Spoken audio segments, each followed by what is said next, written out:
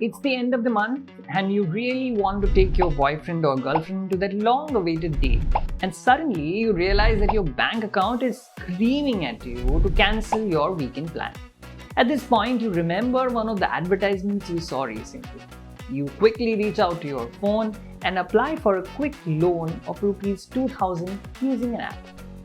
No need to ask a friend, no worry of going through the guilt of asking money from parents. Billy, I need more money. This was predominantly going to be the customer base of digital lending apps when they entered the Indian market. Half a decade and a pandemic later, where do the digital lending businesses stand? And how far have we come from the well-known money lending sharks of our past to getting money through these apps? And how this one company has made strides in the digital money lending industry in India. In this new season of DeKoded, we will bring you some interesting business case studies like this one that will help you understand the varied facets of business better. So, let's get started.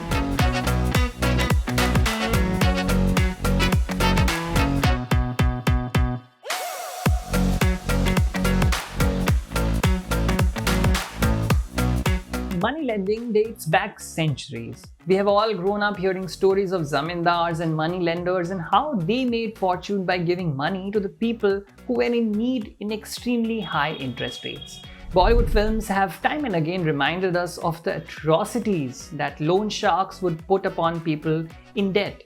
The consequences were downright hazardous too. Things have not changed drastically, at least in India, even now. Gold is still considered as an asset that people put as caution to these money lenders in order to get money in return for varied needs or requirements. We all have watched something similar in Do Bigha Zameen, haven't we? But with the digital transformation of India and smartphones and internet getting democratized, lending has also seen massive surge in a big way. Cutting the hassle that comes with taking a bank loan and the time it takes, digital money lending companies stepped in to make loans easier for many. One of the most advantageous aspects of digital lending is the speed of loan disbursals, which attracts the eyeballs of millennials. The digital data capture methods have resulted in replacing manual form fillings, and advanced technologies like advanced analytics, artificial intelligence, and machine learning has made tracking and disbursement way easier. It was around in 2015, three friends were planning to democratize loans for Indians. Kunal Verma, Anuj Kakar, and Bala Parthasarthi, the co-founders of MoneyTap, wanted to start tapping the salaried educated millennials of Bangalore. The market size was huge, and they thought a lot of them do feel the pinch in their pockets at the end of the month, which will eventually make them opt for a quick loan from MoneyTap. The messaging went simply saying, "Does your bank give you a loan of 3,000 rupees? I don't think so. But MoneyTap credit line gives you the flexibility to borrow any amount starting from 3,000 rupees up to 5 lakh rupees from your phone." But there was a problem.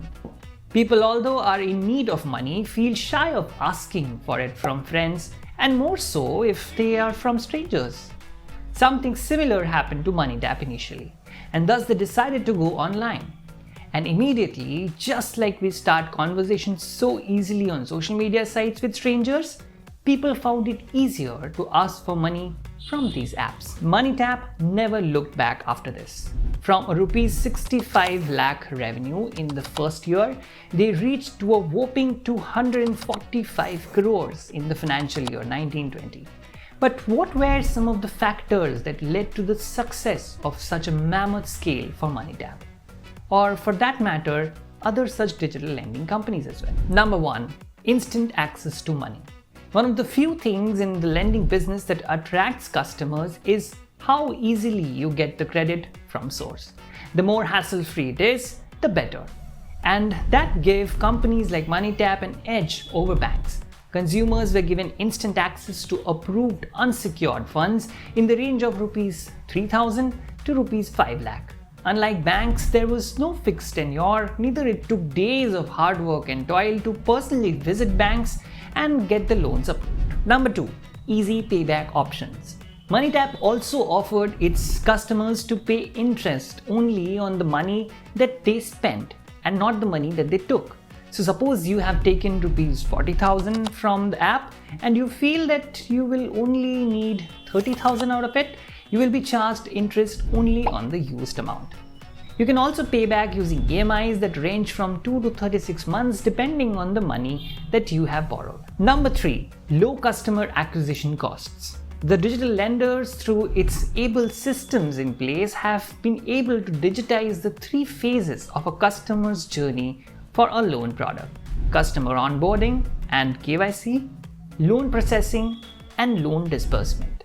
This has not only helped in a seamless customer experience, but has also resulted in effective cost management for companies, resulting in a lot of customer acquisition in lower costs. Number 4. Understanding customer needs. The digital lending companies have made use of the large data sets that they have analyzed to figure out specific borrower needs and have come up with customized products in offering. That has resulted in customer satisfaction and retention on the platform, who will come back again and again to take up more loans. And lastly, it operates in hybrid model. Most of the digital lending companies work on a hybrid model where they tie up with banks and NBFCs. Money requirements are taken care of by these entities, while the companies offer the technology and data to come up with suitable products for their customers. MoneyTap even got an NBFC license in 2020, helping it to grow further as a trusted brand for lending in India. But things were not all rosy in the year 2020. COVID, along with RBI, crushed the growth aspirations of MoneyTap in a big way. Let me take you through some numbers for you to get a sense of how bad COVID has been for these companies. Pre-COVID, MoneyTap was on track to generate a gross revenue of rupees 900 to 1000 crore, and almost 4 times growth than the last year. But COVID and later changes in the loan moratorium came as a roadblock for MoneyTap to grow exponentially. What exactly happened, you ask?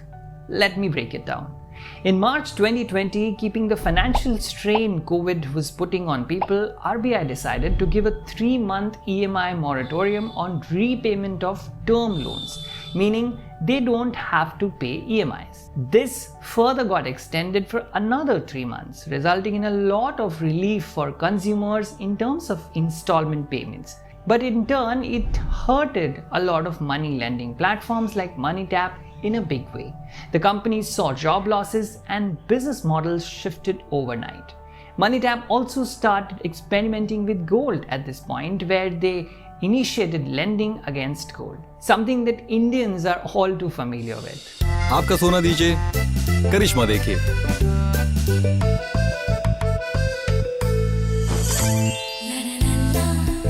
Along with COVID, there came the requirement of money for the new digital lending customers in India. And that gave birth to many such lending firms and entry of fraudulent elements in the business. Reports started emerging of lending frauds happening across the country, where shady digital lending apps that promised quick loans at nominal interests ran havoc on their bank accounts. The News Minute covered the story of Bhumana Prasad from Hyderabad, who took a loan of rupees 3,500 from an app named My Bank, which he repaid in a week. He then took another loan of rupees 4,400, but this time he noted something strange happening in his SBI account. Rupees 26,000 had been deposited on his account from 14 different lending apps, and soon all of them started harassing him, demanding a repayment totaling of rupees 44,000. Bhumana was being asked to pay the money that he never really took, with an interest. The fake digital lending apps cropped up in the market on the back of 2 major things. 1, people genuinely needed money during the tough times of COVID, and 2, loans were being given to everyone without checking or asking of KYC documents or providing a loan agreement at all, resulting in more people opting for it. While companies like MoneyTap would reject 95% of the people applying for loans without proper documentation, these apps would approve 95% of them, said Anuj Kakar, co-founder of MoneyTap. This has impacted the overall belief in the digital lending industry in India amidst the consumers, making it harder for companies like MoneyTap to go further for user acquisitions.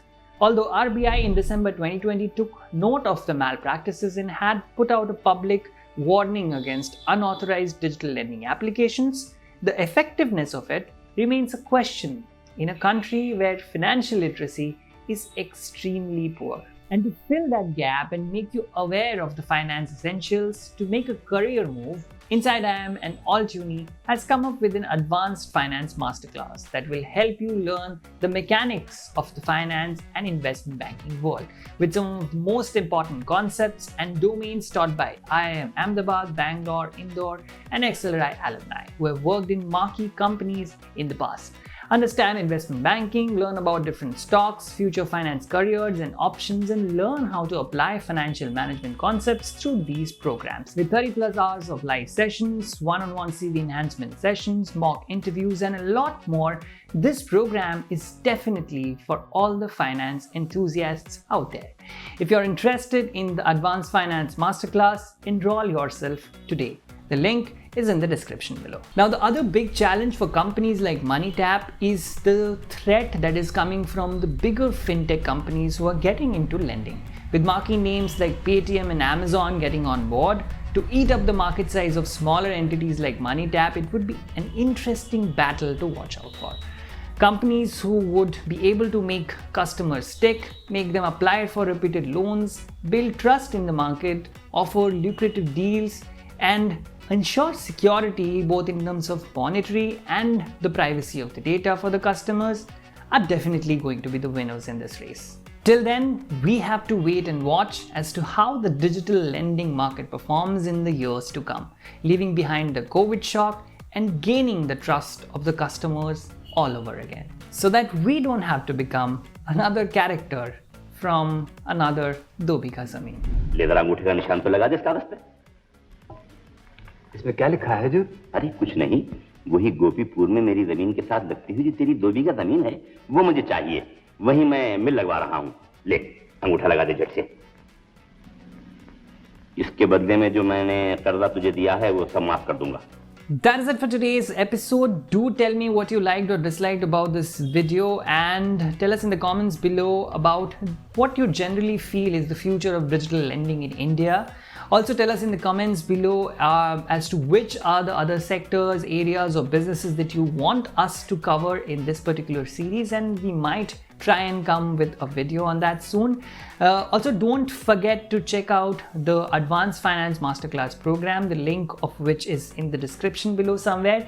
Please consider hitting the like button to make us feel good and motivated about making such more videos for you, and share it with others and subscribe the channel if you really like our content. I'll see you in the next one.